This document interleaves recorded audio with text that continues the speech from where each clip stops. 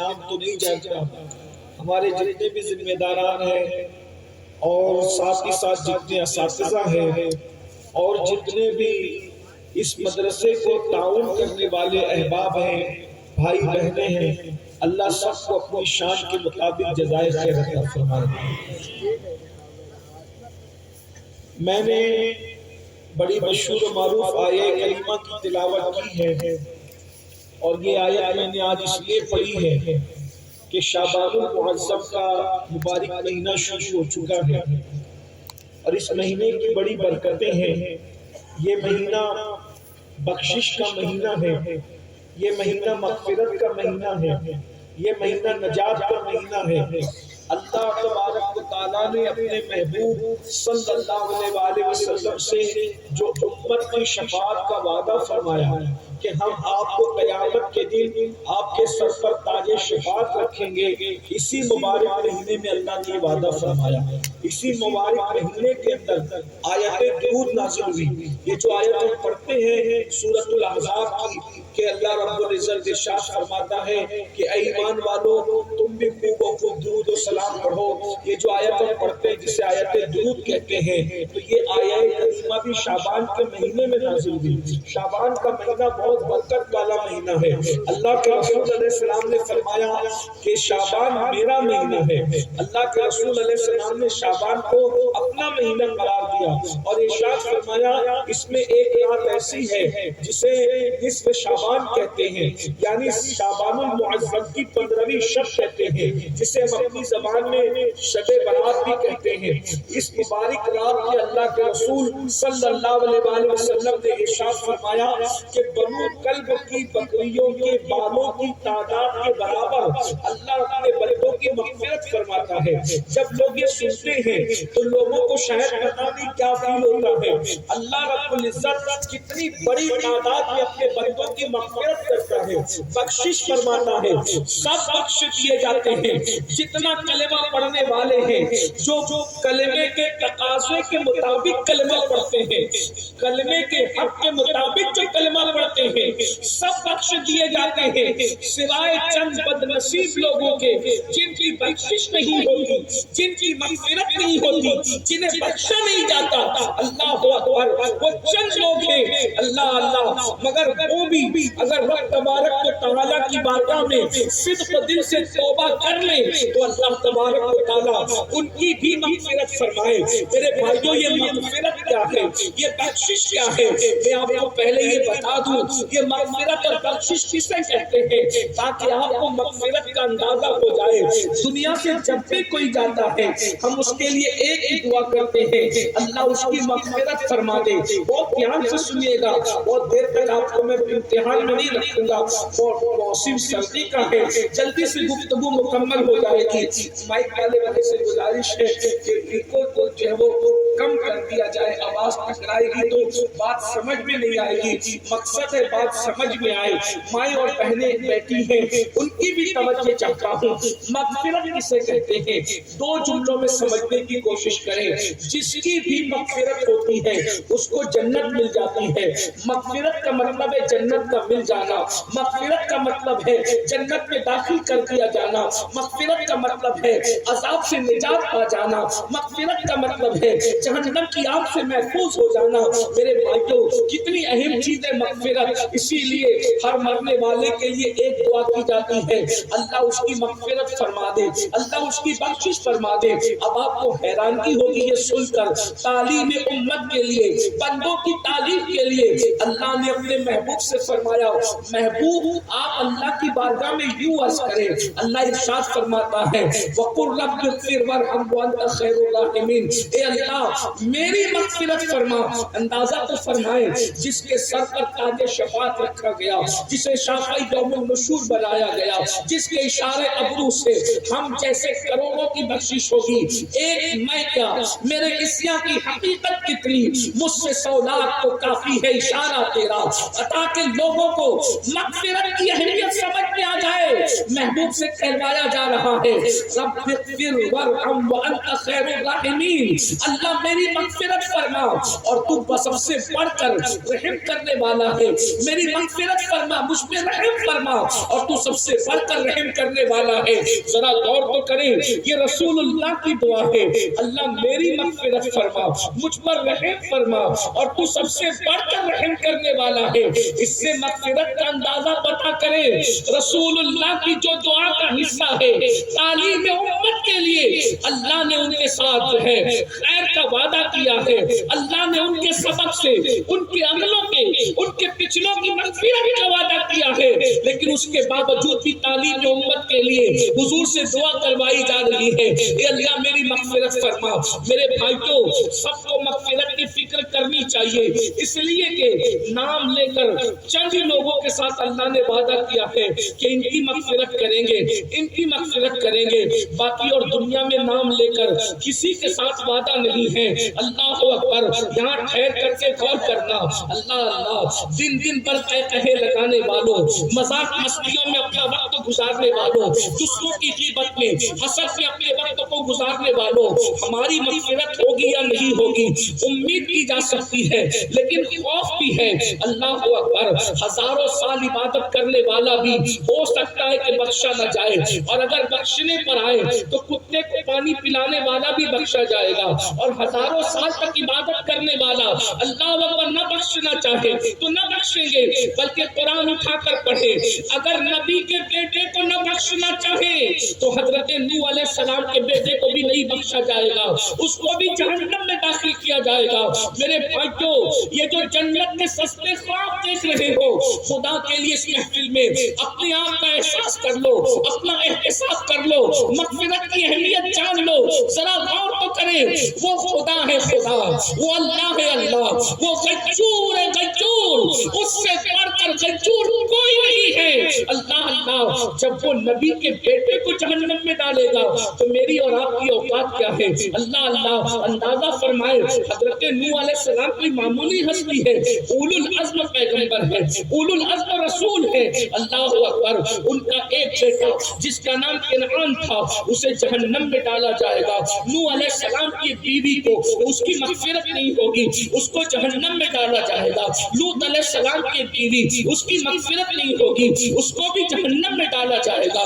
نبی کا سگا چچا حضرت سیدنا ابراہیم علیہ السلام کا سگا چچا جس کا نام آزر ہے، اس کو جہنم میں ڈالا جائے گا، اور اس کو تو اللہ اکبر بچھو کی شکل دے کر کے اس کو جہنم میں ڈالا جائے گا۔ ذرا غور تو کیجئے میرے بھائیوں، نبی کا سگا چچا جس دن جہنم میں جا رہا ہوگا، نبی کا سگا بیٹا کنعان کی شکل میں جس دن جہنم میں جا رہا ہوگا، نبی کی بیوی نوح علیہ السلام اور لوط علیہ السلام کی بیوی کی شکل میں جس دن جہنم میں جا رہی ہوگی، اس وقت ہمارا کیا بنے گا؟ اللہ اکبر، ہم جب بھی دعا کرتے ہیں ہم دعا میں کہتے ہیں اللہ میری روزی ٹھیک کر دے، میری روزی کا انتظام کر دے۔ کبھی جتنا ہم روزی مانگتے ہیں اتنا ہم نے مغفرت بھی مانگا ہے۔ لوگوں کی عقلوں پہ پتھر پڑ گئے، جس روزی کا خدا نے وعدہ کیا ہے وہ مانگتے مانگتے زندگی گزار رہے ہیں، اور جس مغفرت کا اللہ نے کوئی وعدہ نہیں کیا اس مغفرت کے لیے کوئی فکر نہیں۔ روزی تو وہ کتوں کو بھی دیتا ہے، روزی تو وہ دشمنوں کو بھی دیتا ہے، روزی تو وہ غداروں کو بھی دیتا ہے، روزی تو وہ چوٹیوں کو بھی دیتا ہے۔ ذرا غور تو کرے، جو کافر اور مشرک اس کے دشمن ہے، جو اس کو چھوڑ کر اس کے دشمنوں کی عبادت کرتے ہیں، ان کو تو وہ بادشاہت تک دے دیتا ہے، ان کو تو وہ روزی تک دے دیتا ہے۔ یاد رکھنا، جنگلوں میں بیٹھنے والے کتے بھی بھوکے نہیں مرتے، دلوں میں رہنے والی چوٹیاں بھی بھوکی نہیں مرتی۔ میں یہ نہیں کہہ رہا ہوں کہ اللہ سے روزی نہ مانگو، جس روزی کا وعدہ ہے اس نے دینا ہی دینا ہے، ساری دعا اس کو مانگنے میں خرچ کر دیتے ہو، اور جس مغفرت کا وعدہ نہیں ہے اس مغفرت کے لیے کوشش کون کرے گا؟ جو مغفرت نبی طلب کر رہے ہیں اللہ سے، جس نبی کو حکم ہو رہا ہے تاکہ لوگوں کو مغفرت کی اہمیت پتہ چل جائے۔ اللہ اکبر، مغفرت کسے کہتے ہیں؟ آسان ہے، آسان ہے مغفرت، حضرت سیدنا صدیق اکبر جن کے بارے میں اہل سنت کا اجماعی نظریہ یہ ہے افضل البشر بعد الانبیاء بالتحقیق، اس میں کسی سنی صحیح عقیدہ کو شک نہیں ہے کہ نبی کے مسلح پر نبی نے سب سے پہلے اپنے بعد جس کو کھڑا کیا امامت کے لیے وہ صحابہ کا امام، اماموں کا امام سیدنا صدیق اکبر کی ذات ہے۔ حضرت داتا علی حجویری فرماتے ہیں نہ نبی جیسا کوئی پیر ہو سکتا ہے، نہ ابوبکر صدیق جیسا کوئی مرید ہو سکتا ہے۔ نبی کی اصحاب میں صدیق کی کوئی مثال نہیں ہے۔ فرمایا گیا مرتبہ حضرت صدیق کا یہ ہے سید اور فضیلت کے وہ جامع ہے نبوت کے سوا۔ اگر سیدنا صدیق اکبر، ہمارا تو عقیدہ یہ ہے جیسے جنت کا ہونا یقینی ہے ویسے میرے آقا علیہ السلام کے یار صحابہ کا جنتی ہونا یقینی ہے۔ یہ جملہ جب میں کہتا ہوں تو لوگ حیرت سے میرا منہ تکتے ہیں کہ جنت کا ہونا جیسے یقینی ویسے صحابہ کا جنتی ہونا کیسے یقینی۔ میں نے کہا جس زبان نے جنت کا پتہ دیا ہے اسی زبان نے صحابہ کو جنتی قرار دیا ہے نا۔ تو ہمیں نے نبی کے کہنے پہ جنت مانا تو صحابہ کو حضور نے جنتی کہا جنتی کا۔ میں نے کہا میرے نبی فرماتے جس نے مجھے دیکھا ایمان کی حالت میں اور ایمان کی حالت میں دنیا سے چلا گیا یعنی صحابی، اللہ نے اس پر جہنم کی آگ کو حرام کر دیا۔ اللہ نے اس پر جہنم کی آگ کو حرام کر دیا ہے۔ اور یہ تو سب صحابہ کی بات ہے، ہر صحابی کی بات، بلکہ صحابی تو صحابی نے نبی کو دیکھ کر وہ مقام پایا کہ اب جو صحابی کا چہرہ دیکھ لے اور وہ ایمان کی حالت میں دنیا سے چلا جائے اللہ صحابی کے دیکھنے والے پر بھی جہنم کی آگ کو حرام کر دیتا ہے نا، بشرط یہ ہے کہ وہ ایمان پر دنیا سے جائے۔ یہ ہمارا عقیدہ ہے۔ بہرحال اب آپ سے پوچھتا ہوں، یہ تو سب صحابہ ہے لیکن وہ 10 صحابہ جن کو رسول اللہ نے جنت کی بشارت دی، ابو بکر فی الجنہ، عمر فی الجنہ، عثمان فی الجنہ، علی فی الجنہ، سعد فی الجنہ، سعید فی الجنہ، ابو عبیدہ فی الجنہ، عبد الرحمن بن عوف فی الجنہ۔ میرے آقا علیہ السلام نے اپنے 10 صحابہ کو جنت کی بشارت دی۔ آپ غور کیجئے قیامت کے بعد جو جنت میں جائے گا حضرت ابو بکر و عمر تو ابھی بھی جنت ہی میں آرام کر رہے ہیں۔ سب لوگ پتہ نہیں کون جنت میں کب جائے گا لیکن صدیق و فاروق ابھی بھی جنت۔ میرے بھائی جب ماں کے قدموں میں جنت ہے تو نبی کے قدموں کی شان کا اعلان کیا ہے۔ میرے امام کہتے ہیں محبوب رب عرش ہے اس سبز قبہ میں، محبوب رب عرش ہے اس سبز قبہ میں، پہلو میں جلوہ گاہ عتیق و عمر کی ہے، ساتین کا کران ہے پہلو ماہ میں، جھرپٹ کیے ہیں تارے تجلی قمر کی ہے۔ سبحان اللہ۔ حضور علیہ الصلوۃ والتسلیم کی قدموں میں پوری کائنات میں نبی کے بعد سب سے زیادہ جس پہ سلام پیش کیا جاتا ہے وہ صدیق اکبر اور فاروق اعظم۔ جتنے لوگ نبی پہ سلام پڑھتے ہیں ہٹ کر کے حضور کے صحابہ پہ بھی سلام پڑھتے ہیں، بلکہ حضور اپنے دونوں وزیروں کو اپنے ساتھ لے کر آرام کر رہے ہیں۔ کائنات کا بادشاہ، کونین کا بادشاہ اپنے یاروں کے ساتھ، یہ عنوان الگ سا ہے لیکن اصل بلا عنوان آج مغفرت کی اہمیت ہے، بخشش کی اہمیت ہے۔ یہ صدیق اکبر ہے۔ صدیق اکبر کہتے کاش میں چڑیا ہوتا، چڑیا پرندہ، میں چڑیا ہوتا پرندہ ہوتا تاکہ قیامت کے دن اللہ کی بارگاہ میں جواب دینے سے بچے۔ یعنی مغفرت کی فکر صدیق اکبر جس کو جنت کی بشارت دی ہے رسول اللہ نے، وہ صدیق اکبر رو رہے کہ کاش کہ میں انسان نہ ہوتا پرندہ ہوتا۔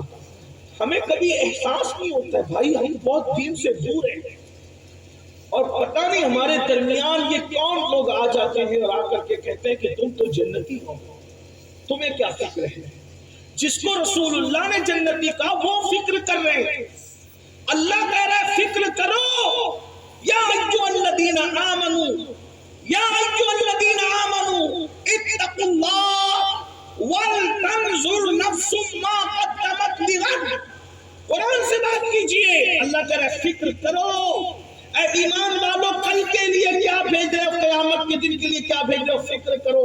دوسرے مقام پہ قرآن کہتا ہے یا ایھا الذین الذین آمنوا علیکم انفسکم، اے ایمان والو اپنے آپ کی فکر کرو۔ تیسرے مقام پہ قرآن کہتا ہے یا ایھا الذین آمنوا قوا انفسکم واہلیکم نارا، اے ایمان والو اپنے آپ کو اور اپنے اہل و عیال کو جہنم کی آگ سے بچاؤ۔ میرے بھائیو اللہ فکر کرنے کے لیے کہہ رہا ہے اور ایمان والوں سے کہہ رہا ہے، اور ہمیں کیا ہے؟ ارے ہمیں فکر کرنے کی کیا ضرورت ہے؟ ہم تو نبی کے غلام ہیں، ہم تو غوث پاک کے غلام ہیں، ہم تو پنجتن پاک کے ماننے والے ہیں، ہم تو غریب نواز کے ماننے والے۔ میرے بھائی ساری باتیں صحیح ہے، یہ سب ماننے والوں ہی کے لیے کہا گیا فکر کرو، اس لیے کہ صدیق اکبر سے بڑا اللہ اکبر کون ہوگا روئے زمین پر انبیاء کرام کے بعد؟ لیکن صدیق اکبر کہہ رہے کاش میں چڑیا ہوتا، میں کوئی پرندہ ہوتا، تاکہ قیامت کے دن رب کی بارگاہ میں جواب دینے سے بچ جاتا۔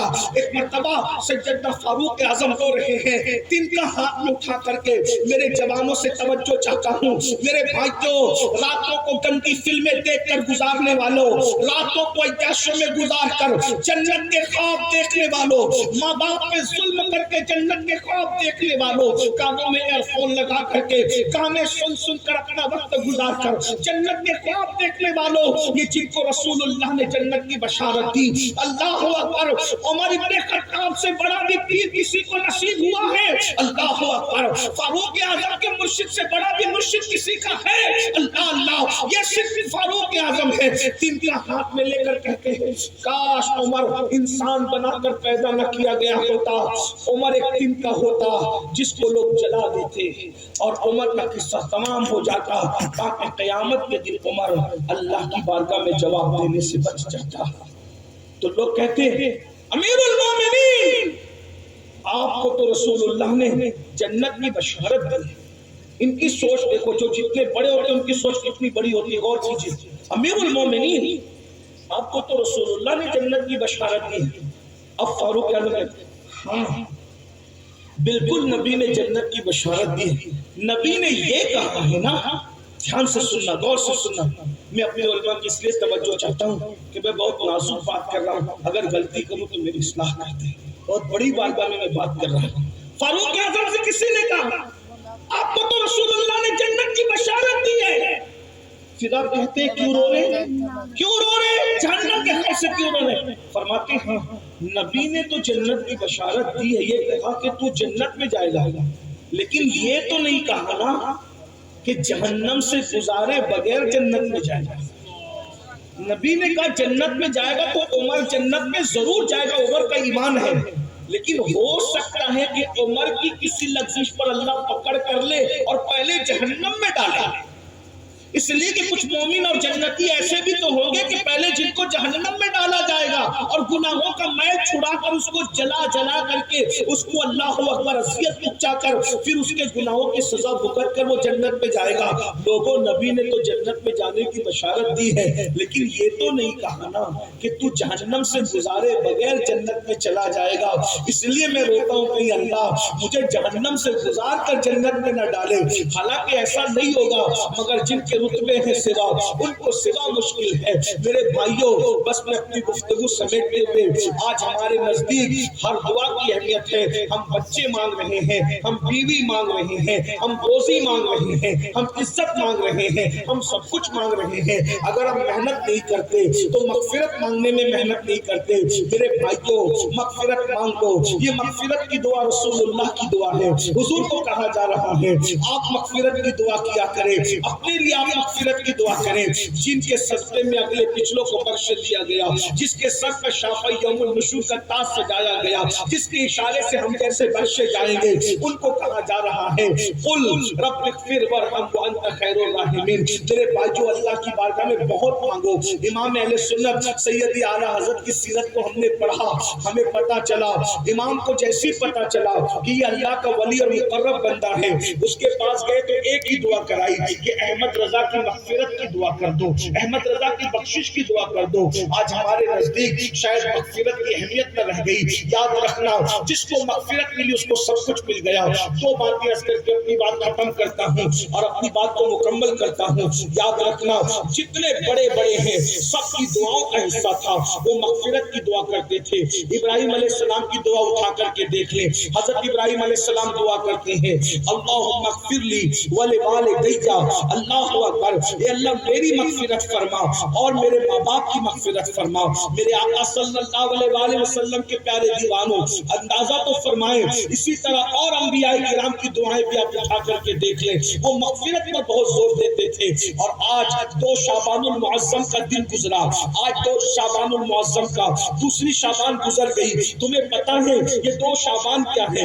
یہ 2 شعبان ہمارے امام الائمہ، سراج الامہ، کاشف الغمہ، اللہ اللہ، سیدنا امام اعظم ابو حنیفہ نعمان بن ثابت، جن کی ہم اقتدا کرتے ہیں، جن کے ہم مقلد ہیں، جن کی تقلید کرتے ہیں، کروڑوں حنفیوں کے امام الائمہ جن کو کہتے ہیں، اماموں کے امام، جن کے مقلدین میں داتا علی حجویری ہے، جن کے مقلدین میں عبداللہ ابن مبارک ہے، جن کے مقلدین میں غریب نواز ہے، جن کے مقلدین میں محبوب الہی ہے، جن کے مقلدین میں بابا قطب الدین بختیار کاکی ہے، جن کے مقلدین میں صابر کلیر ہے، جن کے مقلدین میں مخدوم اشرف جہانگیر سمنانی ہے، بڑے بڑے اولیاء جن کے مقلد ہیں۔ ارے جب مقلدوں کا یہ عالم ہے تو امام کا عالم کیا ہوگا؟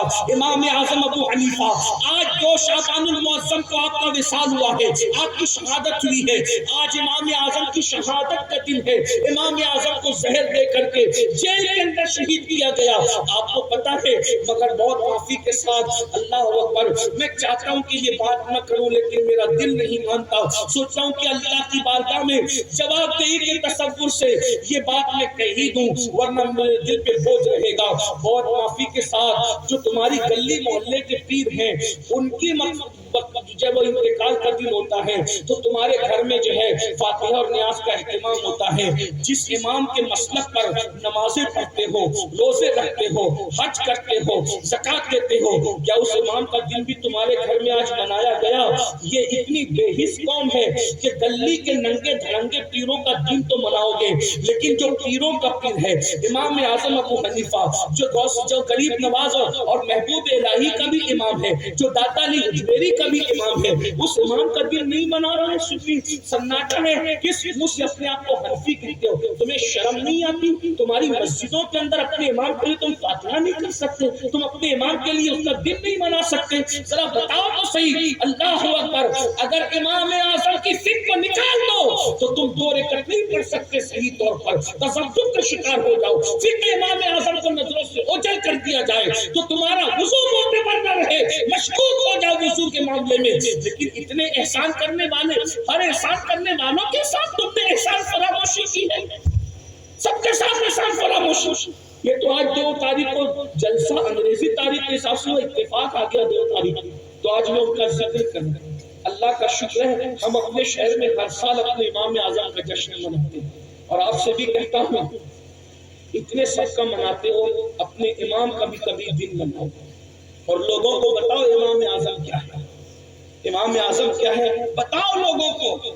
ارے یہ امام اعظم وہ امام اعظم ہے جس نے خواب میں کم و بیش 100 مرتبہ اللہ کا دیدار کیا ہے، 100 بار کم و بیش اللہ کا دیدار کیا ہے۔ اٹھا کے دیکھو امام اعظم کی سیرت پر، کچھ نہیں معلوم تمہیں اپنے امام کے بارے میں۔ جب غیر مقلدین تمہیں منہ چڑھاتے ہیں ظالموں تو تم کہتے ہو یہ کون امام اعظم ہے؟ ہماری پبلک آپ کو پتا ہے؟ نہیں پتا، آپ کو نہیں پتا نا، آپ کو نہیں معلوم ہے۔ بہت معافی کے ساتھ آپ کو تو غیبی پیر کی کرامت پتا ہے، آپ کو تو ننگے پیر یہ سب لوگوں کی کرامتیں گڑ گڑ کے آپ کو بتائی گئی ہے۔ میں کوئی غصہ نہیں کر رہا ہوں، لیکن وہ امام اعظم ابو حنیفہ جس کو رسول اللہ نے امت کا سراج کا سراج الامہ کہا ہے، امت کی زینت کہا ہے، وہ امام اعظم ابو حنیفہ رضی اللہ تبارک و تعالیٰ عنہ۔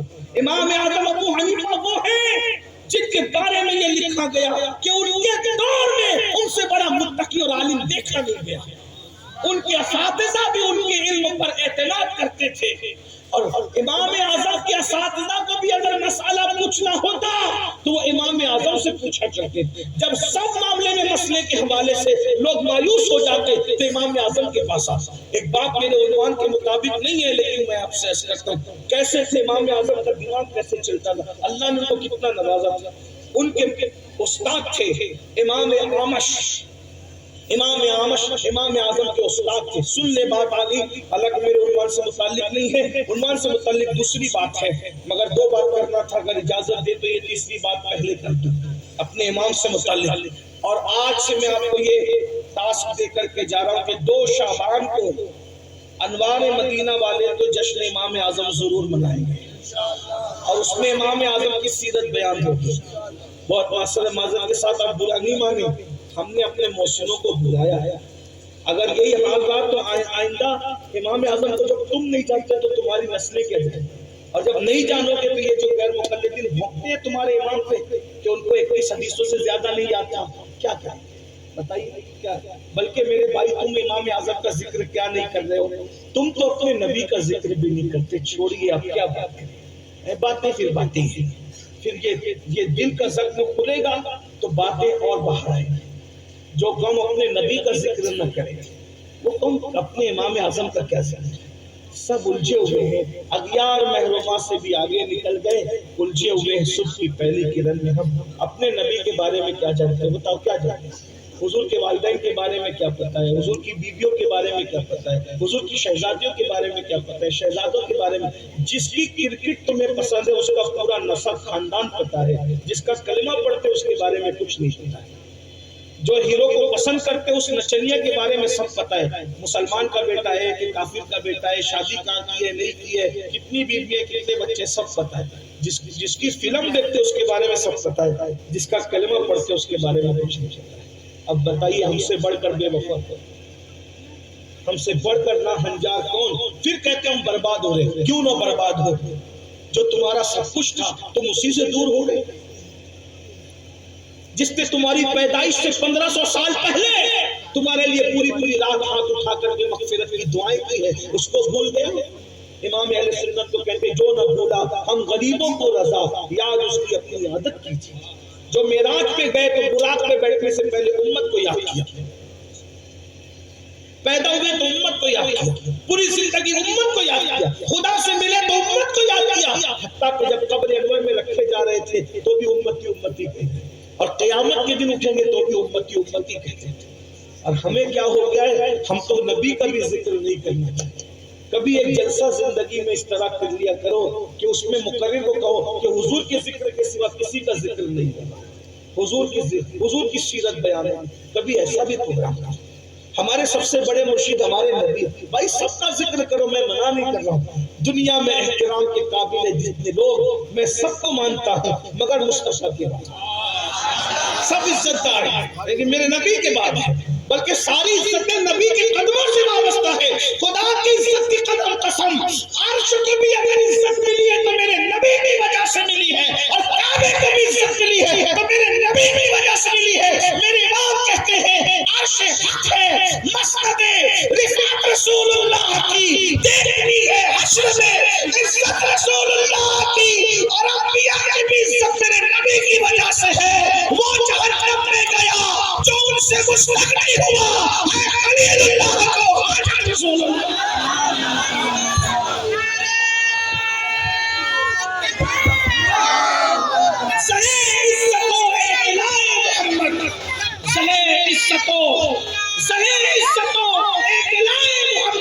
کہ ہے عرش حق زیر پائے محمد, کہ ہے عرش حق زیر پائے محمد. خدا کی رضا چاہتے ہیں دو عالم, خدا چاہتا ہے رضائے محمد. عصائے کلیم اشتہائے غضب تھا, گروہ کا سہارا عصائے محمد. اللہ اکبر, سب کچھ حضور کی وجہ سے ہے. کعبۃ اللہ کو بھی جو کعبۃ اللہ ہونے کا شرف حاصل ہوا یہ میرے حضور کی وجہ سے. ہوتے کہاں خلیل و بنا کعبہ و منا, ہم تو کچھ اور نہیں جانتے فکر رضا کے سوا یہی جانتے ہیں. ہمارا تو رات دن کا مشغلہ یہی ہے. امام کو پڑھتے اور دین سمجھنے کی کوشش کرتے ہیں. 1400 سالہ اتنے مجموعہ نچوڑ کر جو انہوں نے دیا ہوتے کہاں خلیل و بنا کعبہ و منا لولاک والے صاحبی سب تیرے گھر کی ہے. سب سے بڑی عبادت ان سے وفا ہے. کہتے ہیں مولا علی نواری تیری نیند پر نماز اور وہ بھی اصل سب سے جو اعلیٰ خطر کی ہے. صدیق بلکہ غار میں جا ان پہ دے چکے اور حفظ جا کر جان فروز غرر کی ہے اور تو نے ان کو جان انہیں پھر دی نماز پر وہ تو کر چکے تھے جو کرنی بشر کی ہے. ثابت ہوا کہ جملہ فرائض فروغ ہے اصل اصول بندگی اس تاجور کی ہے.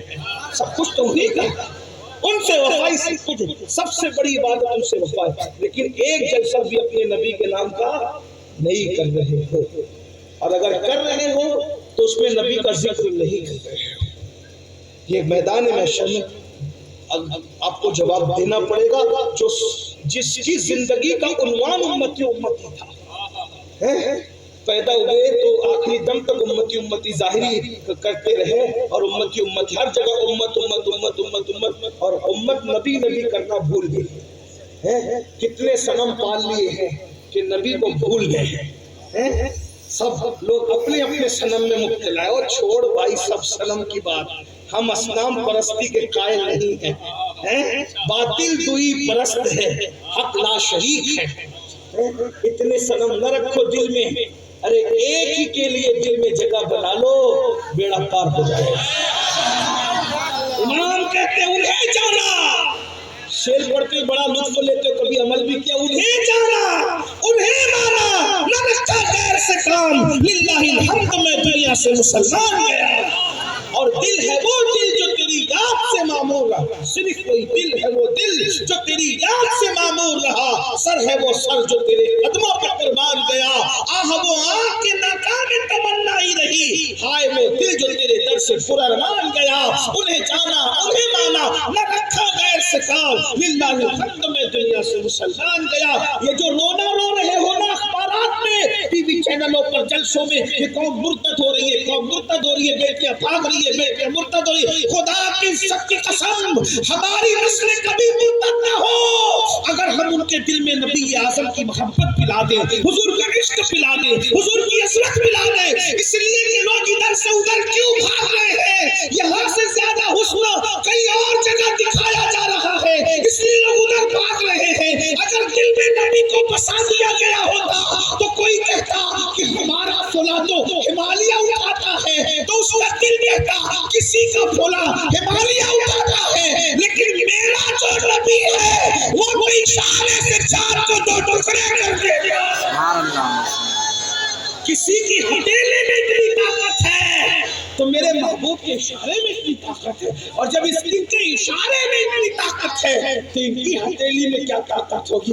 ارے ان کی ہتھیلی کی شان یہ ہے جس کو بارے دو عالم کی پرواہ نہیں ایسے بازو کی قوت پہ لاکھوں سر.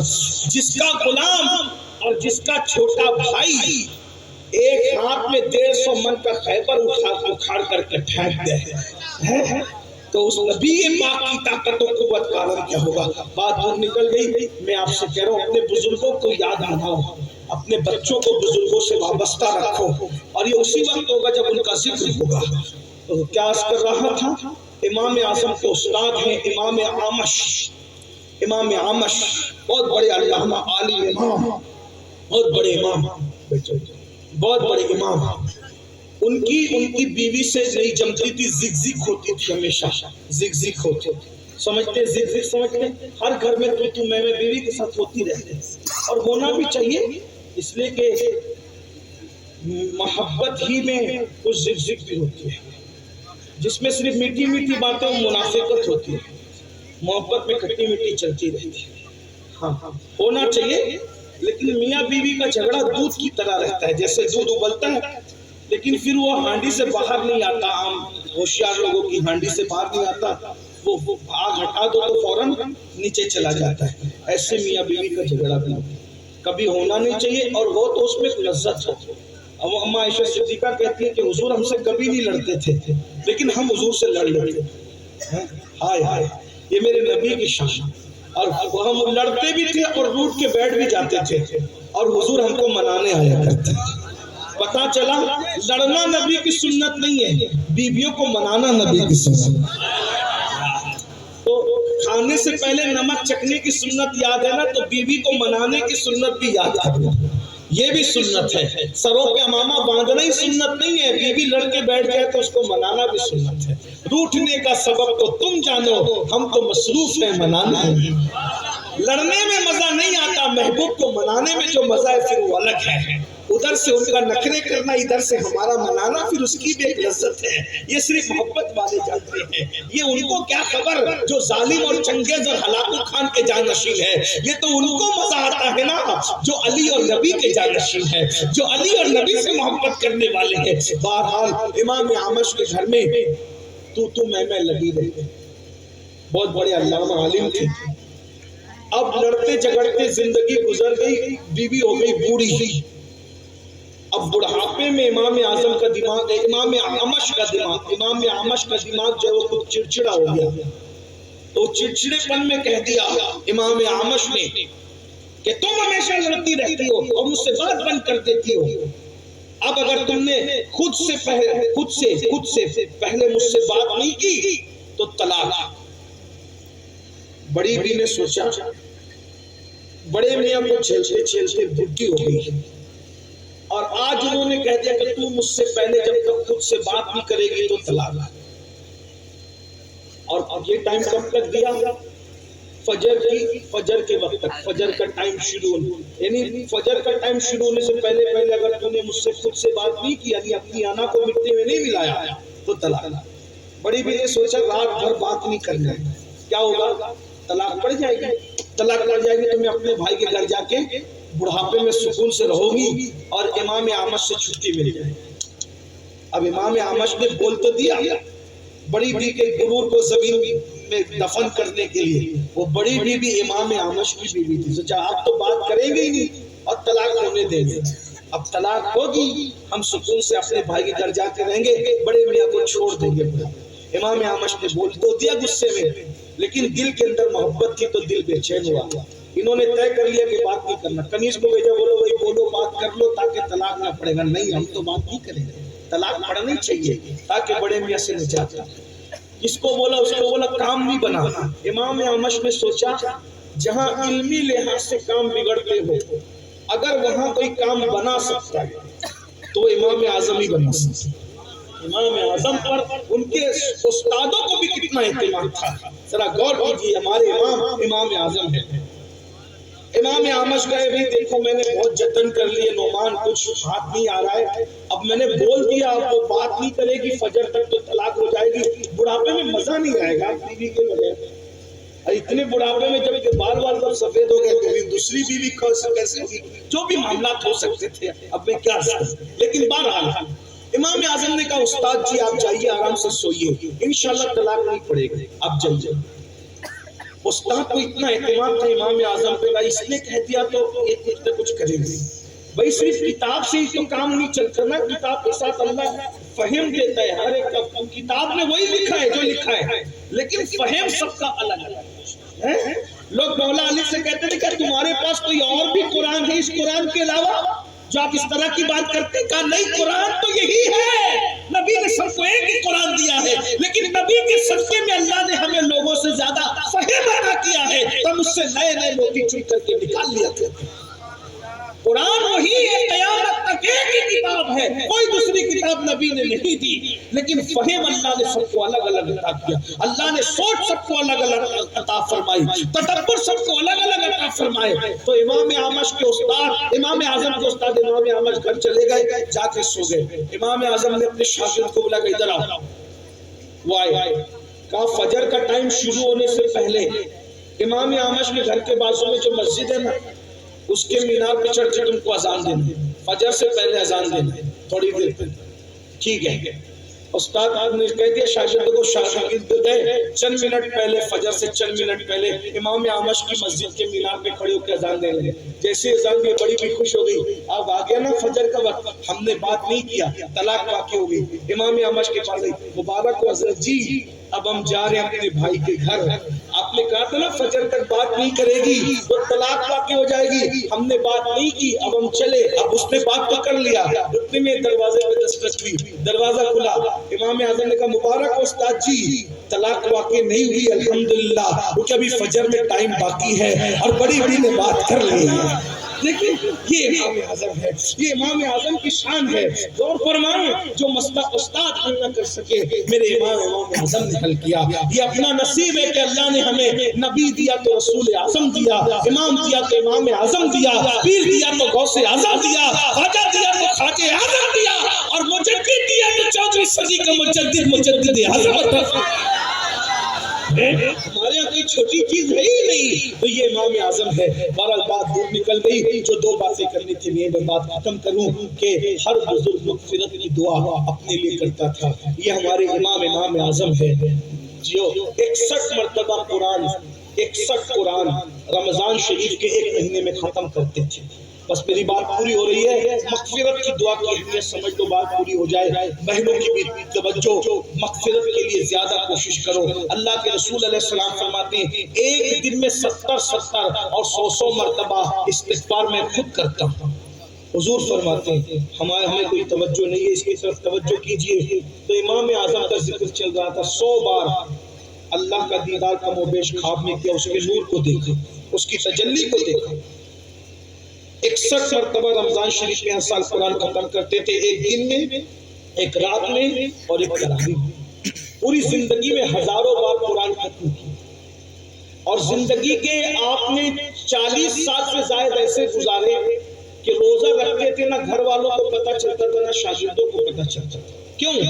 اس لیے کہ گھر سے ٹفن لے کر آتے تھے کھانے کا، اور لا کر کے اپنے شاگردوں کو کھلا دیتے تھے۔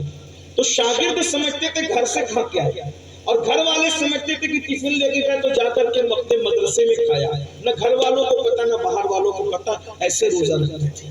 جب رات بھر عبادت کرتے تھے تو سینکڑوں رکعت نماز پڑھتے تھے، تو پڑوسیوں کو، بچوں کو ایسا لگتا تھا جیسے کہ کوئی کھجور کے درخت کا تنا کھڑا ہوا ہے، اتنی اس طریقے سے وہ کھڑے رہتے تھے عبادت میں۔ لیکن پتہ ہے ایک دن حضرت امام اعظم ابو حنیفہ عشاء کی نماز پڑھا رہے، نماز پڑھاتے ہوئے امام اعظم ابو حنیفہ رضی اللہ تعالیٰ نے سورہ زلزال کی تلاوت کی۔ اذا زلزلت الارض زلزالها واخرجت الارض اثقالها وقال الانسان ما لها يومئذ تحدث اخبارها بان ربك اوحى لها۔ اللہ پاک ارشاد فرماتا ہے اور جب زمین پہ زلزلے آئے، یہ قیامت کا منظر قرآن بیان کر رہا ہے، اور اس کے بعد اللہ ارشاد فرماتا ہے زمین انسان کے اعمال کی خبر دے گی۔ یومئذ تحدث اخبارها، زمین اس دن خبر دے گی، یعنی ہم نے زمین کے اوپر زنا کیا، گانے سنے، سجدہ کیا، عبادت کی، اچھا کیا تو بھی زمین خبر دے گی، برا کیا تو بھی زمین خبر دے گی۔ انسان زمین کو دیکھ کے کہے گا اس کو کیا ہو گیا ہے، اس دن زمین خبر دے گی۔ اور اس سورت کا اینڈ ہوتا ہے وَمَن يَعْمَلْ مِثْقَالَ ذَرَّةٍ خَيْرًا يَرَهُ وَمَن يَعْمَلْ مِثْقَالَ ذَرَّةٍ شَرًّا يَرَهُ۔ اگر ایک ذرے کے برابر تم نے نیکی کی ہوگی اللہ تمہیں وہ بھی دکھائے گا۔ یرا فرمایا ذرہ برابر نیکی کی ہوگی اللہ تمہیں وہ بھی دکھائے گا، اور ذرہ برابر تم نے گناہ اور پاپ کیا ہوگا اللہ تمہیں وہ بھی دکھائے گا۔ دکھانے سے کیا مراد ہے یہ تو حقیقت اللہ جانتا ہے، لیکن اس کا ایک تصور لائیے، ذرا غور کیجیے، تصور لائیے، ذرا سوچیے۔ یہاں اتنے لوگ بیٹھے ہوئے، اتنے علماء کرام بیٹھے ہوئے، کوئی بندہ کھڑے ہو کر کے کہے حضرت صاحب یہ میرے جیب سے موبائل نکال رہا تھا، کوئی کہے میرے جیب سے موبائل چوری کر رہا تھا، وہ کہے اللہ کی قسم حضرت صاحب میں نے موبائل نہیں چوری کیا، میں موبائل چور نہیں ہوں، قصہ ختم ہو جائے گا۔ ایسے ہی ہے کہ نہیں بھائی؟ ایسے ہی ہے، عزت بچا لیں گے آدمی۔ لیکن اگر کوئی بندہ موبائل چوری کر رہا ہو اور دوسرا بندہ موبائل نکال کے اس کی ویڈیو بنا لے، اور ویڈیو بنا کر کے اسکرین پر چلا دی جائے کہ دیکھو عبد الرحمن زید کی جیب سے موبائل نکال رہا ہے، اور اس کی ویڈیو چل جائے، بتاؤ وہ بندہ اس جلسے میں بیٹھنے کے قابل رہے گا؟ محلے میں سر اٹھا کر جینے کے قابل رہے گا؟ عزت اس کی کوئی کرے گا؟ وہ لوگ اپنی صفائی پیش کر سکے گا؟ میرے بھائیوں بتاؤ جب کسی نے اپنے موبائل کے اندر کسی کی چوری کا منظر، توجہ کرنا بہت دھیان سے سننا، اللہ اوپر آیت کی حقیقت کو اللہ جانتا ہے، لیکن آپ کو صرف سمجھانے کی ایک چھوٹی سی کوشش کر رہا ہوں ایک طالب علم کے اعتبار سے. میں اپنی بہنوں کی بھی توجہ چاہتا ہوں. چوری کرتے ہوئے کسی نے ویڈیو بنا لی, اسکرین پر چلایا جا رہا ہے, عبداللہ چوری کر رہا ہے, زید کے جیب سے نکال رہا ہے. اسی طرح سے کوئی بہن جو ہے وہ فلانی بہن فلاں کے ساتھ جو ہے پارک میں جو وہ زنا کے لیے داخل ہو گئی ہے, اس کی کوئی ویڈیو بنا لے, بولو کوئی صفائی پیش ہو سکتی ہے, عزت بچنے کا کوئی ذریعہ ہو سکتا ہے. نہیں, ہرگز نہیں میرے بھائیوں, بلا تمثیل. میں نے صرف سمجھانے کے لیے کہا, ملانے کے لیے نہیں. جب کوئی بندہ اپنے موبائل میں ویڈیو بنا لے اور یہاں پردے پہ چلا دی جائے تو ہماری عزت کا بھاجی پالا ہو جائے. اللہ ارشاد فرما رہا ہے, فَمَن يَعْمَلْ مِثْقَالَ ذَرَّةٍ خَيْرًا يَرَهُ وَمَن يَعْمَلْ مِثْقَالَ ذَرَّةٍ شَرًّا يَرَهُ. ایک ذرے کے برابر نیکی کی ہوگی, اللہ تمہیں وہ بھی دکھائے گا. ایک ذرے کے برابر پاپ کیا ہوگا, اللہ تمہیں وہ بھی دکھائے گا.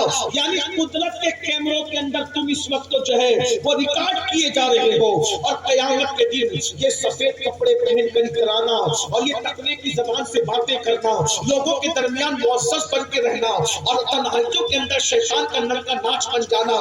میرے عزیز بھائیوں, جب ہم دنیا کے درمیان ہوتے ہیں تو کتنے متقی بن کر رہتے ہیں, کتنے پارسا بن کے رہتے ہیں. جب ہم کسی کے ساتھ بیٹھ کر کے بات کرتے ہیں تو کتنی اللہ والی باتیں کرتے ہیں. لیکن اپنی تنہائیوں کے اندر ڈوب کر سوچو, جب کمرے میں اکیلے رہتے ہو تو کیا کرتے ہو, سفر میں اکیلے رہتے ہو تو کیا کرتے ہو, تنہائیوں کے اندر کیا کرتے ہو. اپنی تنہائیاں سوچ لو.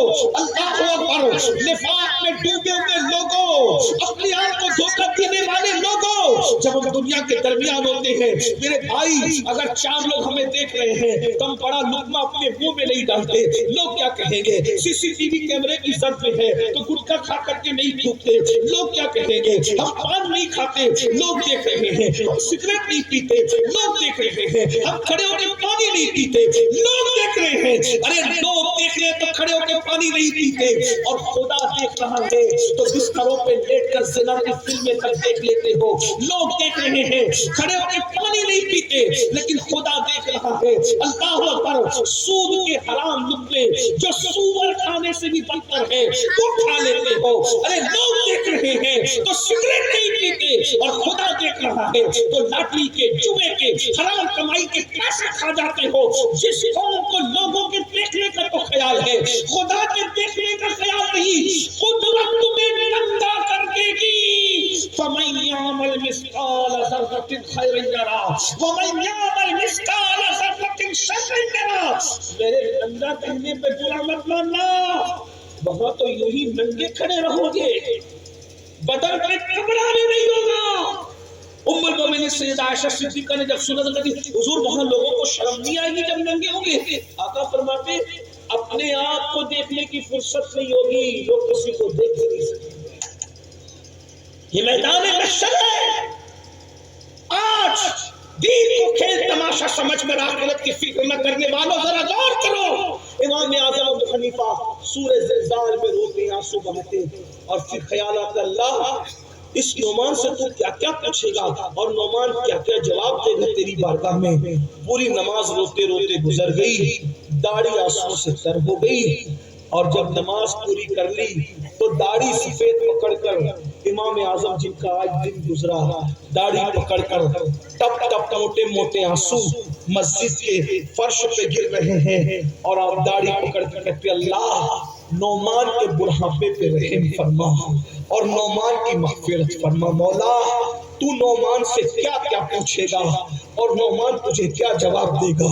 مولا مجھے معاف کر دے. جس نے 100 مرتبہ خدا کا نور دیکھا خواب میں, جس نے رمضان شریف میں 61 مرتبہ قرآن ختم کیے, جس نے ہزاروں قرآن ختم کیے, جس کی پوری رات عبادت میں گزرا کرتی تھی, جس کے لیے کہا گیا کہ نعمان کے ماننے والوں کو, اس کی تقلید کرنے والوں کو بخشا جائے گا, اس کے معتقدین کو بخشا جائے گا. اللہ اکبر. وہ امام اعظم جن کو امت کی زینت کہا گیا, جن کو سراج الامہ کہا گیا، اللہ اکبر، ذرا غور تو فرمائیں، وہ کہتے ہیں اللہ نعمان کے بلانے پہ رہے، فرمائے اس کی مغفرت فرما۔ میرے بھائیوں، ہم پیسوں کے لیے روئے ہیں، میتوں پہ روئے ہیں، دوستوں پہ روئے ہیں، کبھی اپنی مغفرت کے لیے بھی روئے ہو؟ خدا کے لیے شب برات آ رہی ہے، کچھ راتیں تو رونے کے لیے نکال لو، بہت ہنس چکے، بہت کہے لگا چکے، خدا کے لیے کچھ وقت رونے کے لیے نکال لو، اپنی مغفرت کے لیے، اپنے گناہوں کو یاد کر کے تنہائی میں بیٹھ کے رو لو۔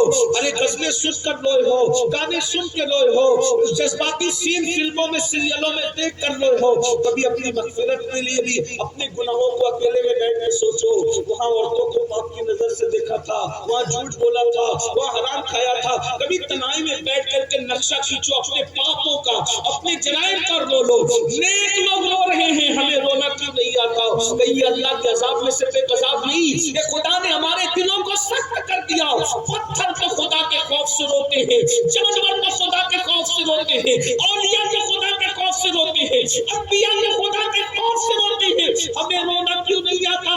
اللہ نے رونے کی توفیق چھین لی۔ پوری رات امام اعظم اسی میں گزار دیتے ہیں، مؤذن آتا ہے جاتا ہے، آتا ہے جاتا ہے، آتا ہے جاتا ہے، بالآخر صبح ہوئی تو مؤذن نے اب جانا نہیں تھا، وہ آیا، اس کے قدموں کی آہٹ سن کے امام اعظم نے آنسوؤں کو درست کیا، آنسوؤں کو پوچھا، اور پوچھنے کے بعد پلٹ کے کہا، بیٹا کیا مسجد کے بند کرنے کا وقت آ گیا؟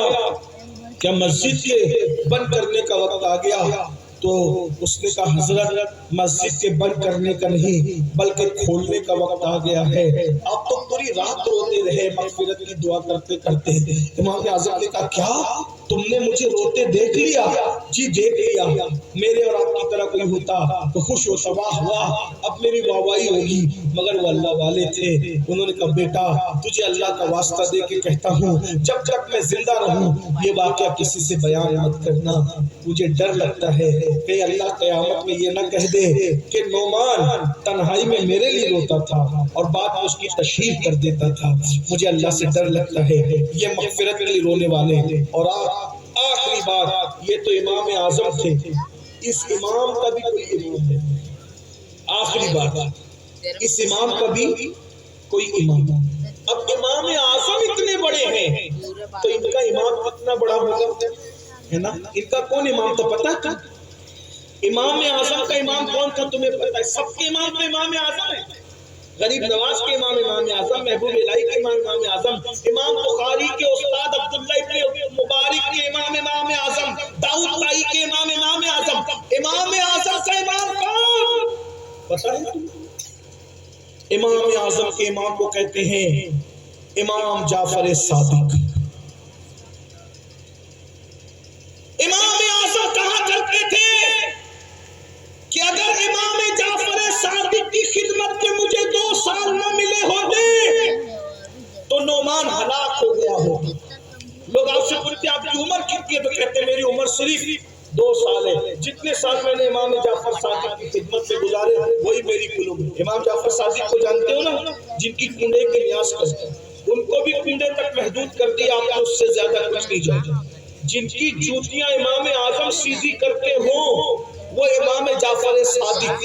اب سن لو آخری بات، غور سے سنو، ابھی نذرانہ مت دو، ادھر ہی رکھو سب لوگ، تقریر سنو، یہ زیادہ، میں کوئی گھمنڈ تکبر سے منع نہیں کرتا، تقریر سنو گے تو زیادہ اچھا لگے گا۔ اور رہی بات نذرانہ دینے کی تو میں قبول کر رہا ہوں، لیکن دینے کا طریقہ سیکھ لو۔ جب بھی میری بات اچھی لگے ادھر کی جیب سے نذرانہ نکالو اور ادھر کی جیب میں رکھو، ٹھیک ہے؟ دھیان نہیں دو، کیا کرنا، ادھر سے نکال کے ادھر کی جیب میں رکھو، اور فجر کی نماز اپنے محلے کی مسجد کے سنی امام کے پیچھے ادا کرنا، اور وہ سارا نذرانہ لے جا کر امام صاحب سے کہنا کہ یہ میری طرف سے اور سید کی طرف سے، دونوں کی طرف سے آپ کو نذرانہ پیش کیا جاتا ہے، ٹھیک ہے؟ ٹھیک ہے، ابھی ادھر نہیں آنا، ابھی ادھر ہی رکھنا، ٹھیک ٹھیک۔ ایک بار سب مل کے درود شریف پڑھو، میں بات ختم کر رہا ہوں۔ صلی اللہ علیہ نبی وآلہ وصحبہ وبارک وسلم، صلاۃ و سلام علیک یا سیدی یا رسول اللہ، صلاۃ و سلام علیک یا جد الحسن والحسین۔ تو یہ امام جعفر صادق، امام جعفر صادق کو جانتے ہیں کون ہے؟ سن لیں، امام جعفر صادق ان کے ابا جی امام محمد باقر، ان کے والد امام زین العابدین، ان کے والد امام حسین، ان کے والد مولا علی، اور ان کی بیوی سیدہ طیبہ طاہرہ خاتون جنت فاطمہ الزہرا اور ان کے والد محمد رسول اللہ، یہ ان کا شجرہ نسب ہے۔ کتنا قریب ہے رسول اللہ سے؟ مولا علی سے آپ صرف 5ویں نمبر پر ہے، امام حسین 1، امام زین العابدین 2، امام باقر 3 اور امام جعفر صادق یہ 4۔ امام جعفر صادق اور مولا علی کے رسول اللہ کے درمیان صرف جو 4 واسطے ہیں۔ حضور اکرم صلی اللہ علیہ وسلم امام جعفر صادق کے درمیان 4 واسطے، اس طرح یہ 5ویں نمبر پر رسول اللہ سے 5ویں نمبر پر حضور علیہ السلام کے شہزادے امام جعفر صادق۔ امام جعفر صادق امام اعظم کے استاد، ٹھیک ہے؟ جب لوگوں سے آپ مسافہ کرتے تھے، جو آپ سے مسافہ کرنے آتے تھے، مسافہ کرتے تھے تو امام جعفر صادق ان کا ہاتھ پکڑتے، جو مرید لوگ، ماننے والے چاہنے والے لوگ ان کا ہاتھ پکڑتے تھے، ہاتھ پکڑ کے کہتے تھے دیکھ مجھ سے وعدہ کر، اگر قیامت کے دن اللہ تیری مغفرت کر دے تو تو قیامت کے دن اللہ سے کہنا کہ اللہ جعفر صادق کی بھی مغفرت کر دے، تو میری سفارش کرنا اللہ کی بارگاہ میں۔ کس کو کہتے تھے؟ مریدوں کو، چاہنے والوں کو، ماننے والوں کو، محبت کرنے والوں کو۔ غور کیجیے، یہ مغفرت ہے۔ نبی کا خاندان کا چشم چراغ، نبی کے خاندان کا چشم چراغ، نبی کا بیٹا، جن کی شان میں اللہ نے آیت تطہیر نازل فرمائی، جن کے بارے میں حدیثیں ہیں، اللہ پر سارے نسب و سبب منقطع کر دیے جائیں گے، الا نسبی و سببی، آقا فرماتے سوائے میرے نسب اور میرے سبب کے سب نسب منقطع۔ کوئی کسی کا باپ اور خاندان قیامت کے کام نہیں آئے گا۔ مغل کا بیٹا ہے، پٹھان کا بیٹا ہے، انگریز کا بیٹا، اس کا بیٹا، اس کا بیٹا، کسی کا بیٹا ہونا کام نہیں آئے گا، لیکن نبی کے خاندان کا رشتہ کام آئے گا۔ نبی کا رشتہ یہاں بھی کام آئے گا، نبی کا رشتہ وہاں بھی کام آئے گا۔ ہر نسب منقطع ہو جائیں گے، الا نسبی و سببی، میرے آقا کے نسب و سبب کے سوا۔ لیکن نبی کے خاندان کے فرد امام جعفر صادق عوام سے کہہ رہے ہیں، ہاتھ پکڑ پکڑ کے کہہ رہے ہیں کہ قیامت کے دن اگر اللہ تمہاری مغفرت کر دے تم میری سفارش کرنا۔ کیوں؟ کیونکہ وعدہ نہیں ہے کہ اس کی مغفرت ہوگی۔ اللہ کا اعلان ہے فَيَغْفِرُ مَن يَشَاءُ، جس کو چاہیں گے بخش دیں گے۔ ایک مقام پر وَيُعَذِّبُ مَن يَشَاءُ، جس کو چاہیں گے عذاب دیں گے، جس کو چاہیں گے عذاب دیں گے، جس کو چاہیں گے بخش دیں گے۔ چاچا کی بات ہے، جس کو چاہیں گے۔ تو پتہ نہیں میرا نام بخشش والوں میں آئے گا کہ نہیں آئے گا، مغفرت والوں میں آئے گا، مگر یہ ہے کہ اللہ جس کی مغفرت کر دے گا، تو جس کی مغفرت اللہ کر دے گا، اگر وہ کسی کی سفارش کر دے اللہ اس کو بھی بخش دے گا۔ تو لوگوں کو ہاتھ پکڑ کے کہتے تھے اگر اللہ تمہاری قیامت کے دن مغفرت کر دے تو میری سفارش کر دینا تاکہ اللہ جعفر صادق کو معاف کر دے، اور اگر اللہ نے میری مغفرت کر دی تو میں وعدہ کرتا ہوں کہ میں قیامت کے دن تمہاری سفارش کروں گا کہ اللہ تمہاری مغفرت کر دے۔ تو لوگ جب یہ سنتے تھے تو رو پڑتے تھے۔ اب غور سے سننا، جملے مکمل ہو رہے ہیں۔ لوگ رو کر کے کہتے تھے اے امام جعفر صادق، آپ تو نبی کی اولاد ہو، آپ تو نبی کے بیٹے ہو، آپ تو سید زادے ہو، آپ تو سید ہیں، آپ کے نانا خود دوسروں کی شفاعت کریں گے، ہم کیا آپ کی سفارش کریں؟ تو امام جعفر صادق رو کے کہتے تھے رونا تو یہی ہے کہ ہم سید ہیں، اور رونا تو یہی ہے کہ ہم سید ہیں، ہم سید ہیں نا، نبی کے بیٹے ہیں۔ ڈر لگتا ہے قیامت کے دن ہم اپنے نبی کو منہ کیا دکھائیں گے، قیامت کے دن اپنے نانا کو منہ کیا دکھائیں گے، اس لیے کہ قیامت کے دن سب سے ایک سوال ہوگا، اور نبی کی اولاد سے یہ بھی سوال ہوگا نا، سب سے کہا جائے گا تم تو امتی تھے۔ دیکھو یہ لوگوں کی فکر دیکھو، تم تو امتی تھے، اور ہم سے کہا جائے گا تم تو امتی بھی تھے اور تم تو اولاد بھی تھے، تو ہم نانا کو کیا منہ دکھائیں گے؟ دیکھو امام جعفر صادق جیسے لوگ رسول اللہ کے سامنے قیامت کے دن جانے سے ڈر رہے ہیں، اور ہم لوگوں کا حال یہ ہے کہ نہ کلمہ یاد ہے، نہ نماز ہے، نہ عبادت ہے، نہ سچ بولتے ہیں۔ ہمارا حال تو یہ ہے، وہ کون سا گناہ ہے جو ہم نے نہیں کیا؟ اور جب ہمارے مقرر لوگ کہتے ہیں کہ نبی کا سامنا ہوگا قیامت کے دن، ہم نعرے لگاتے ہیں۔ میرے بھائیوں، کبھی سوچا جی کہ نبی کا سامنا ہوگا، نبی کا سامنا ہوگا؟ اپنے آپ کو سوچ لو، امین القادری اپنے آپ کو سوچے، تم اپنے آپ کو سوچ لو، اگر حضور کا سامنا ہوا اور حضور نے ہمیں دیکھا، اور اللہ نہ کرے دیکھ کر کے او دجال، او جھوٹے، او قذاب، او منافق تو مجھ سے عشق کا دعویٰ کرتا تھا اور اپنے موبائل کے اسکرین پر ہیرو کی تصویر لگا کر گھومتا تھا. سوچو، اور اگر حضور ناراض ہو کے منہ پھیر دیں کیا ہوا؟ تھوڑا تصور کرو. بہت بڑی بڑی باتیں کرتے ہیں. حضور کی غیرت بہت نازک ہے، حضور کی طبیعت بہت نازک ہے. میرے بھائیوں، آپ کو تصویر کا ایک رخ معلوم ہے کہ وہ رحمت للعالمین ہے، لیکن وہ غیور العالمین بھی ہے نا. ان سے بڑا غیور کوئی نہیں ہے خدا کے بعد. سب سے بڑا غیور اللہ ہے، اور اللہ کے بعد سب سے زیادہ غیور اگر کوئی ہے تو رسول اللہ ہے. آپ کو پتا ہے کتنی جلدی ناراض ہوتے، کتنی جلدی. ایک صحابی نے ڈکار لیا، صرف ڈکار، ناراض ہو کپڑی ڈکار اپنے گھر رکھا کرو، یہاں کھا کے زیادہ مت آئے. یعنی ڈکار لینے پر بھی جس کی طبیعت میں ناگواری آ جائے، تھوڑا تصور کرو.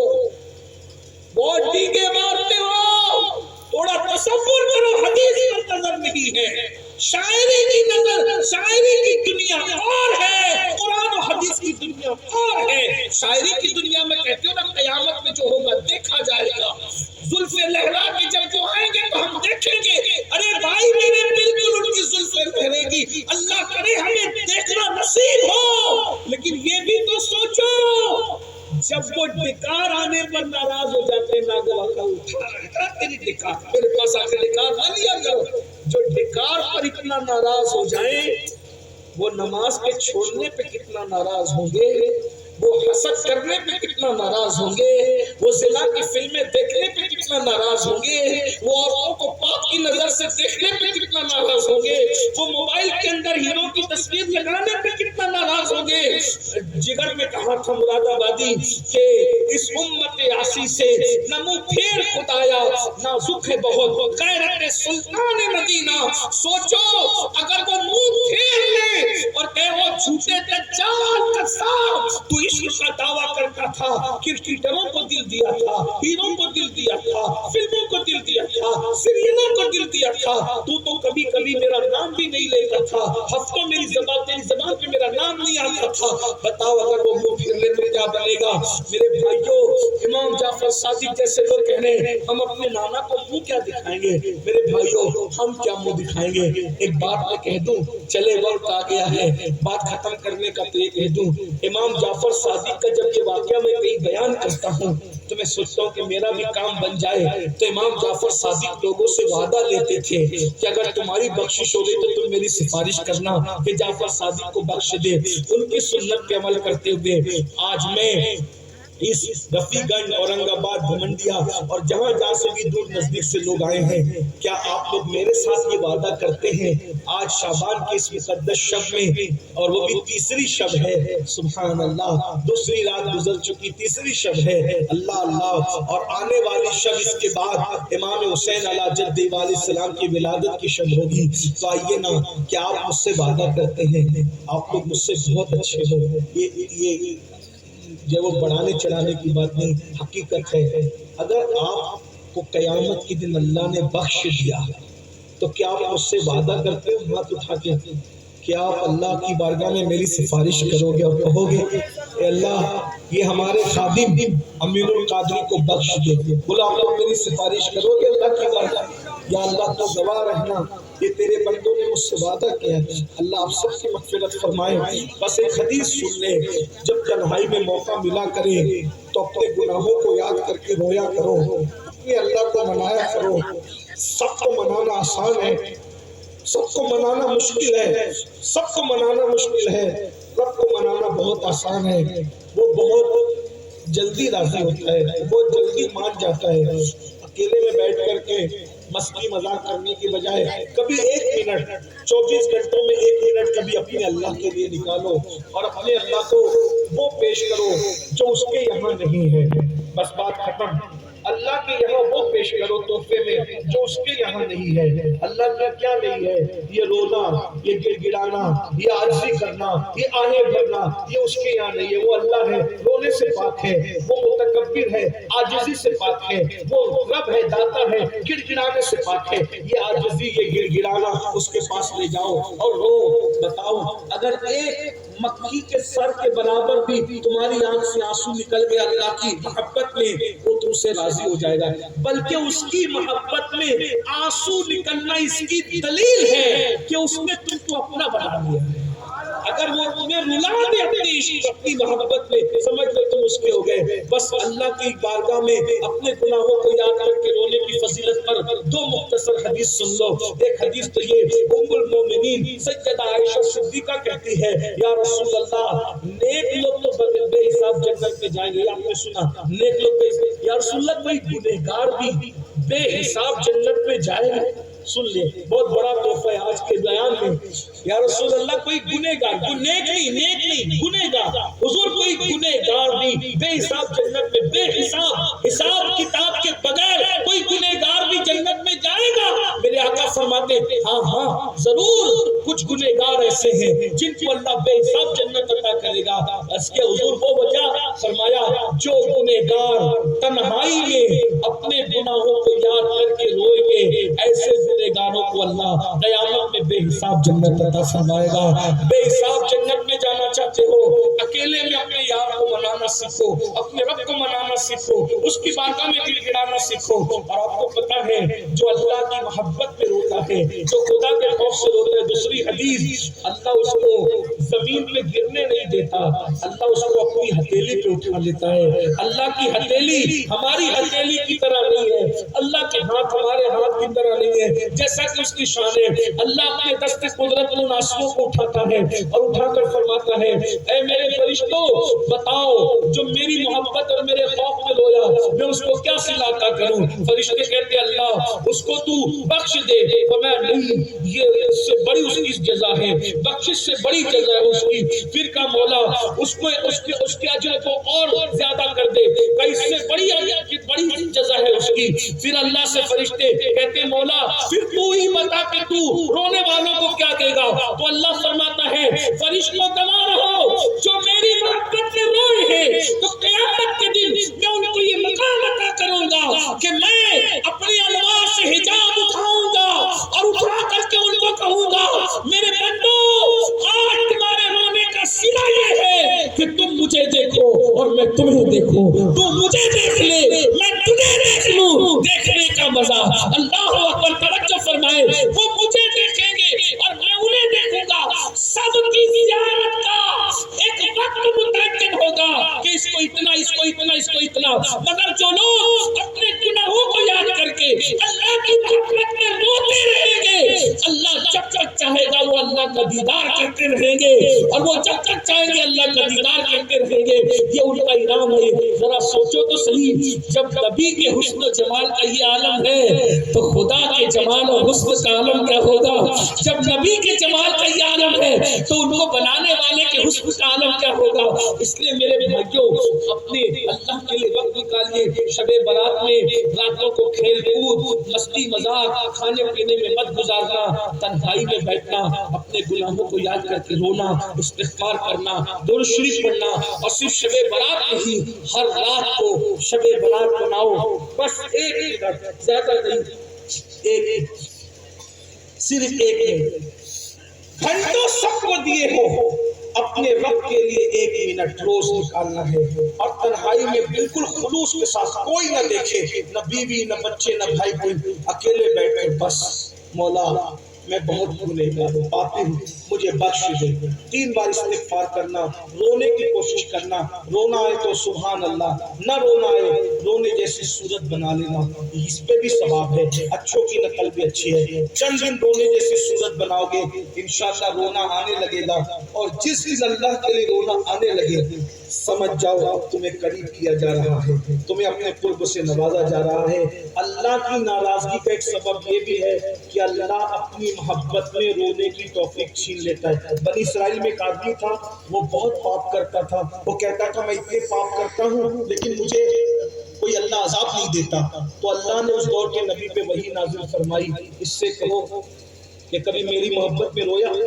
اس سے پوچھا کبھی تو اللہ کی محبت میں رویا؟ کہا نہیں۔ اس سے بڑا عذاب کیا ہو سکتا ہے؟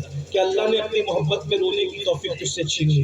بس اور آخری بات یہ کہتا ہوں، یہ مدرسہ انوار مدینہ اور جتنے بھی اہل سنت کے مدارس ہیں، رمضان شریف میں سب کا خیال رکھیے، سب کی مدد کیجیے، سب کا تعاون کیجیے، جو دین و سنیت کا کام کرے سب کا خیال کیجیے. یہ تقریر ختم ہو گئی، یہ میری طرف سے ریکویسٹ ہے، گزارش ہے، اس کو سن لو 2 منٹ میں. یہ بھی علماء کی عزت کرنا سیکھیے، پیروں کی عزت کرنا سیکھیے، سیدوں کی عزت کرنا سیکھیے، دین متین کی جو بھی خدمت کرے اس کی عزت کرنا سیکھیے. اگر علماء کے درمیان جھگڑا ہو جائے، یہ علماء لڑے، ان سے کہو بھائی تم عالم تم آپس میں جو چاہے کرو، ہم ان پڑھ لوگ، عوام لوگ، ہم آپ کی عزت کریں گے، آپ کی بے عزتی نہیں کریں گے. کیونکہ ہمارے امام احمد رضا خان محدث بریلی اعلیٰ حضرت لکھتے ہیں کہ عالم کی توہین انسان کو نبی کی توہین تک لے جاتی ہے. جو علماء کی توہین کرتے ان قریب وہ رسول اللہ کی توہین کریں گے، اور عالم کی توہین انسان کو کفر تک لے جاتی ہے. اس لیے علماء کے بارے میں بکواس مت کرو، علماء کے بارے میں غلط جملے مت کہو، اپنے حسد اور بغض کی بنیاد پر علماء کو گالیاں مت دو. عالم نائب رسول ہے، عالم رسول اللہ کا وارث ہے، اس کے علم کا وارث ہے. حضور غریب نواز سرکار فرماتے ہیں کیا فرماتے ہیں؟ ہمارے دور میں ایک آدمی کا انتقال ہو گیا، جب اس کو قبر میں لٹانے کے لیے چہرہ قبلے کی طرف کرتے تھے تو چہرہ اس کا قبلے کی طرف نہیں ہوتا تھا، بار بار منہ پھر جاتا تھا، بار بار. تو ہم بہت کوشش کی لیکن قبلے کی طرف منہ نہیں ہوا. پھر ایک ولی آئے، بہت بڑے ولی، اور انہوں نے کہا اس کا منہ کبھی قبلے کی طرف نہیں ہو سکتا، کیونکہ یہ جب جیتے جی دنیا میں تھا تو یہ علماء اور مشائخ کو دیکھ کر گھمنڈ کی وجہ سے اپنا چہرہ پھیر لیتا تھا. تو جس نے دنیا میں علماء سے اپنا منہ پھیرا، مرنے کے بعد اللہ نے اس کا چہرہ قبلے سے پھیر دیا. اس لیے کسی کے بہکاوے میں آ کر علماء کے خلاف باتیں مت کیا کرو. جس کے عمل اس کے ساتھ، آپ اپنی فکر کرو. اگر کوئی عالم غلط کر رہا ہے وہ اللہ کو جواب دینے والا ہے، آپ تو اس کا اگر گورنمنٹ کی عدالت میں یعنی ہندوستان کی کچہری میں اگر کوئی کیس چل رہا ہو تو کیا اس کا فیصلہ آپ کرو گے؟ کر پاؤ گے؟ بولو کرو گے؟ نہیں کرو گے نا، نہیں کرو گے. جیسے مثال کے طور پہ یہ عبداللہ یا عبدالرحمان نے عبداللہ کو قتل کیا، یہ کیس چل رہا ہے کورٹ کے اندر، تو تم بولو گے یہ مجرم ہے یا یہ آزاد ہے؟ بولو گے؟ اور اگر بول لو گے تو اس کا کوئی اعتبار ہے؟ جب ہندوستان کی کورٹ میں جو کیس چل رہا ہے اس کا فیصلہ تم نہیں کر سکتے، ہندوستان کے جج کا کام تم نہیں کر سکتے، تو جو اللہ کی عدالت میں فیصلہ ہونے والا ہے تم اس کو اپنے ہاتھ میں کیسے لیتے ہو؟ کیوں لے سکتے ہو اپنے ہاتھ میں؟ اس لیے میری گزارش ہے کہ آپ علماء کے معاملے میں مت پڑھو. علماء کے ہاتھ چومنا ہے تو آگے آؤ، علماء پہ ہاتھ اٹھانے کے لیے آگے مت آنا. علماء کی تعریف کرنا ہے تو آگے آؤ، علماء کی برائی کرنے کے لیے کبھی آگے مت آنا. سب کام ہم نے نہیں کرنا تو دوسروں کے لیے چھوڑ دینے کا، جاؤ بھائی تم کرو، اپنے نہیں کرنا. اپنا مسلک کیا؟ بابا فرید والا مسلک. ایک شخص نے کینچی لائی اور کینچی لا کر کے کہا حضور یہ میں مرید ہوں، یہ کینچی قبول کرے. اب بابا یہ کینچی کیوں لایا؟ ارے کینچی کی تحفہ دینے کی بجائے سوئی دھاگا مجھے تحفہ دیا کرو، کیونکہ کینچی ایک کو دو کر دیتی ہے اور سوئی دھاگا دو کو ایک کر دیتا ہے. ہم ایک کو دو کرنے والے لوگ نہیں ہیں، ہم دو کو ایک کرنے والے. لیکن یہ کس کے لیے ہے؟ یہ عاشقان رسول کے لیے. گستاخ کے لیے ایسا نہیں ہے. گستاخ کے لیے اپنا مسلک کیا ہے؟ دشمن احمد میں شدت کیجیے. ملحدوں کی کیا ملک، یہ اپنوں کے لیے، رحماء بینہم، یہ اپنوں کے لیے، اور دشمنان رسول کے لیے اشداء علی الکفار. تو اپنوں کے لیے کینچی نہیں، سوئی دھاگا چاہیے. جوڑنے کا کام کرو، اور خاص طور پہ علماء کی عزت کرو، علماء کی برائی مت کرو. یہ جو ادارہ ہے اس ادارے میں ہمارے مقصود بھائی ہیں اور ہمارے سکندر بھائی ہیں، ہمارے امیر بھائی ہیں، اور بھی جو سب بھائی لوگ ہیں. میں جب میری عمر بہت چھوٹی تھی، جب میرے چہرے پہ داڑھی کے بال نہیں نکلے، تب سے میں بہار آتا ہوں. اور بہار میں ہم نے ان دنوں میں بھی، ابھی آپ لوگ بہت استقبال کرتے ہو، پھول نچھاور کرتے ہو، میں بہار اس وقت بھی آیا ہوں کہ میں نے جلسے کے پوسٹر اپنے ہاتھوں سے چپکائے ہیں. الحمدللہ یہ بہار اور جھارکھنڈ میں ہم نے 8 دن قیام کیا ہے، اور اپنے ہاتھوں سے اعلان بھی ہم لوگ کرتے تھے، پوسٹر بھی چپکاتے تھے، دعوت بھی دیتے تھے. اسری بڑکی تانڈ، یہ جو جھارکھنڈ کے علاقے، آپ کا رفیع گنج، یہ اس طرف کے جو اجتماعات ہوتے ہیں ہم اس میں آئے ہیں. تو آج کل سے نہیں آ رہے، یہ شہرت اور جو وہ جان پہچان تو اب زیادہ ہو گئی، ورنہ ہم تو جب کوئی جانتا نہیں تھا تب سے آپ کے بہار میں جاتے ہیں، سنی دعوت اسلامی کی تحریک سے ہم بچپن سے جڑے ہم آتے ہیں، ہمیں کوئی اپنی خدمات گنانے نہیں بچا۔ میں یہ کہنا چاہ رہا ہوں کہ اس ادارے کو ہم نے اس کی اینٹ رکھتے وقت بھی ہم موجود تھے، اس وقت بھی موجود تھے، اس کی اینٹ رکھتے ہمارے قائد ہمارے امیر حضور امیر سنی دعوت اسلامی نے اس علاقے کو پرائرٹی دی، اہمیت دی کہ نہیں ان علاقوں میں کام ہونا چاہیے۔ اور پھر ماشاءاللہ ہمارے میں نے جن جن کے نام لے مجھے سب کے نام نہیں یاد آ رہے تو مگر پھر اس کے بعد جب یہ ادارہ قائم ہوا تو اس ادارے کے اندر ہمارے دو عالموں نے بہت محنت کی، محنت تو سبھی نے کی لیکن دو نام نمایاں ہے۔ آج جو انوار مدینہ کے یہ جو انوار ہر طرف بکھرے ہوئے نظر آ رہے ہیں، اس میں تو ایک مولانا سرفراز نجمی صاحب ہے اور دوسرے مولانا ممتاز نجمی صاحب جو اس وقت یہاں نہیں ہے، مدینہ منورہ میں ہے۔ ان لوگوں نے بہت محنت کی ہے، چھوٹے چھوٹے بچوں پہ محنت کی، جب یہاں پر کوئی خاص انتظام نہیں تھا ان لوگوں نے محنت کی۔ اپنے کام کرنے والوں کی قدر کرو، علماء کی قدر کرو، ورنہ اچھے لوگوں سے محروم کر دیے جاؤ گے۔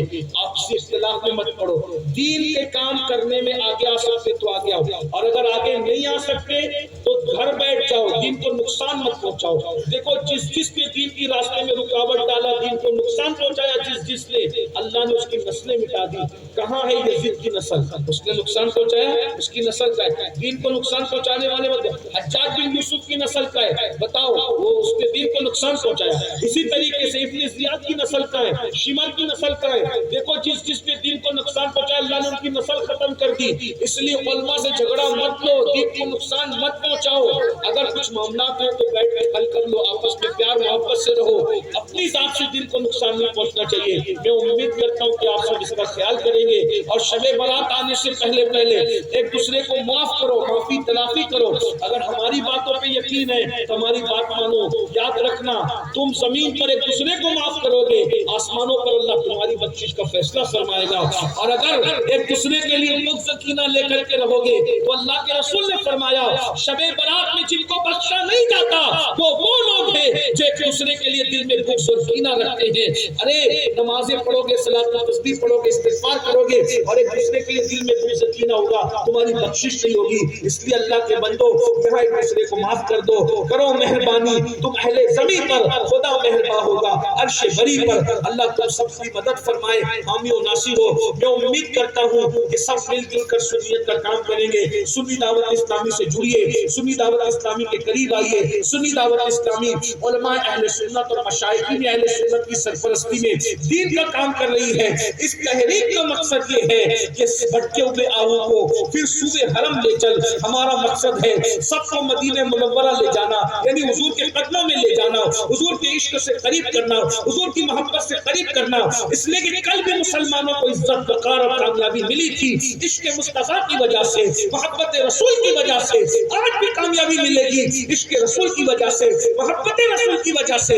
اقبال نے کہا تھا ہو نہ یہ پھول تو بلبل کا ترنم بھی نہ ہو، چمن دہر میں کلیوں کا تبسم بھی نہ ہو نہ ساقی تو پھر میں بھی نہ ہو، خم بھی نہ ہو۔ خیمہ افلاک کا استادہ اسی نام سے ہے، بس میں ہستی تپش آمادہ اسی نام سے ہے۔ قوت عشق سے ہر پست کو پانا کر دے، قوت عشق سے ہر پست کو پانا کر دے، قوت عشق سے ہر پست کو پانا کر دے۔ دہر میں اس نے محمد سے اجالا کر دے، کی محمد سے وفا تو نے تو ہم تیرے ہیں، یہ جہاں چیز ہے کیا لوح قلم تیرے ہیں۔ آؤ محبت رسول کے مسافر بنے، عشق